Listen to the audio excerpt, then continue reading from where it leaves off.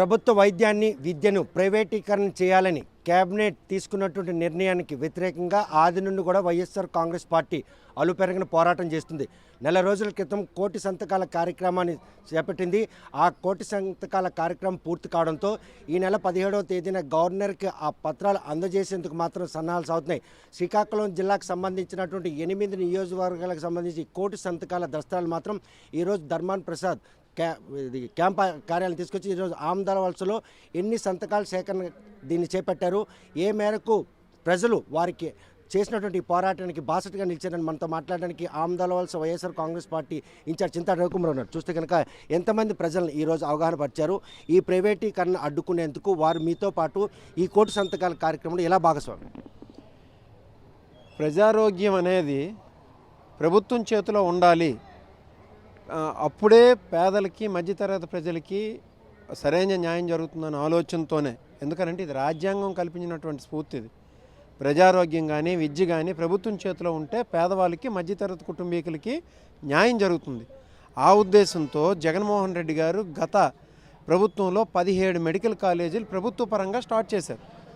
Actual నీతి ఆయోగ్ వచ్చిన తర్వాత ప్రభుత్వ పరంగా మెడికల్ కాలేజ్ స్టార్ట్ చేయనక్కర్లేదు, 60% వాటా మేము ఇవ్వం, కేంద్ర ప్రభుత్వం ఇచ్చినటువంటి 60% వాటా కూడా మేము ఇవ్వమని చెప్పినా కానీ మా రాష్ట్ర ప్రభుత్వం జగన్మోహన్ రెడ్డి గారు ఉండి మేమే పెట్టుకుంటామని చెప్పేసి 17 మెడికల్ కాలేజీలని ప్రభుత్వ పరంగా స్టార్ట్ చేశారు. వాటిని దుర్మార్గమైనటువంటి వచ్చినటువంటి చంద్రబాబు నాయుడు గారి ప్రభుత్వం ప్రైవేట్ వ్యక్తులకు అప్పచెప్పాలని ఆలోచన చేస్తుంది. దాన్ని ప్రజలకు తెలియజేసి ప్రజా సంఘాల ద్వారా ప్రజల ద్వారా ఈ ఒక అవేర్నెస్ ప్రోగ్రాం కల్పించి ప్రభుత్వం మెడలు వంచి ఈ మెడికల్ కాలేజీలు అనేది ప్రభుత్వ పరంగా ఉండే చర్యలు తీసుకోవాలనే జగన్మోహన్ రెడ్డి గారు ఈ కార్యక్రమం చేపట్టడం జరిగింది. ఇచ్చిన పిలుపు మేరకు ఈరోజు ప్రజాక్షేత్రంలోకి వెళ్ళారు. కేవలం వైఎస్ఆర్ కాంగ్రెస్ పార్టీ దీన్ని స్టాండ్ తీసుకుందన్నటువంటి ఒక అపోహ కూటమి ప్రభుత్వం మాత్రం ఆసరా చేసుకొని ఒక రకంగా ఆరోపణలు చేస్తుంది. దానికోసం ఏంటంటే ఈరోజు ఆమదాల వలస నియోజకవర్గం నుండి నిన్నటికి 46,300 సంతకాలు సేకరించడం జరిగింది. అలాగే ఈ ఇంకొస్తున్న 15వ తేదీ వరకు టైం ఉంది కాబట్టి దాదాపు ఆమదాల వలస నియోజకవర్గం నుండి ఒక 50,000 దాటి సంతకాలను అయితే గ్యాదర్ చేయడం జరుగుతుంది. ఈ 50,000 సంతకాలు ఒక క్యాడరే ఉండరు కదా. క్యాడర్ ఒక నియోజకవర్గంలో ఉంటే ఎంతమంది ఉంటారు? 2,000, 3,000 మంది ఉంటారు. ఇప్పుడు కొత్తగా ఏర్పాటు చేసిన క్యాడర్ అయితే ఒక 10,000 మంది ఉంటారు. ఇప్పుడు మొత్తం 50,000 దాటి సంతకాలు ఒక నియోజకవర్గం నుండి సేకరిస్తున్నారంటే ప్రజలందరి భాగస్వామ్యం. ఇదే చిన్నపిల్లల నుండి మైనర్స్ నుండి సేకరించిన సంతకాలు కాదు.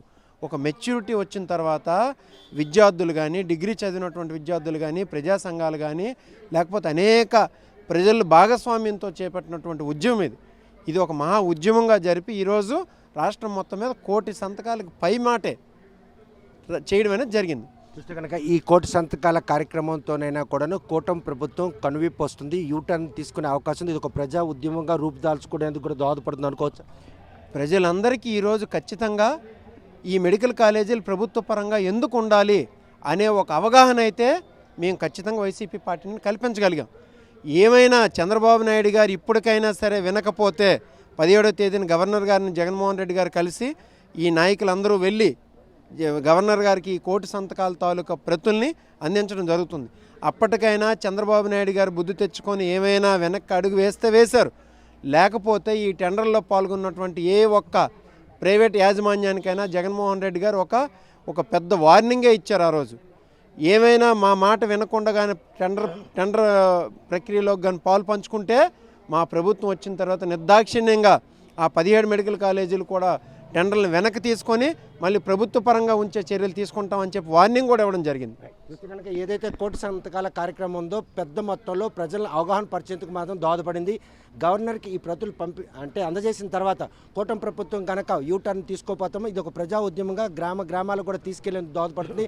వైద్యం, విద్య ఈ రెండు కూడాను ప్రభుత్వ పరంగా నిర్వహించాలని వారు తీసుకున్న స్టాండ్ మాత్రం ప్రజలకు ఈరోజు అవగాహన పరచడంలో కోటి సంతకాల కార్యక్రమం ఎంతగానో దోహదపడింది అనడంలో ఎటువంటి అతిశయక్తులు. వీడియో జర్నలిస్ట్ రామకృష్ణతో సత్యం, RTV శ్రీకాకుళం. చరిత్ర సృష్టించినోడు ఇప్పుడు ఆ చరిత్రని తిరగరాయబోతున్నాడు. అబద్ధాల గోడల్ని బద్దలు కొట్టి నిజాలను రాగా మీ ముందుంచబోతున్నాడు. నిజమైన వార్తల కోసం వెంటనే డౌన్లోడ్ చేసుకోండి డ్రా యాప్ని.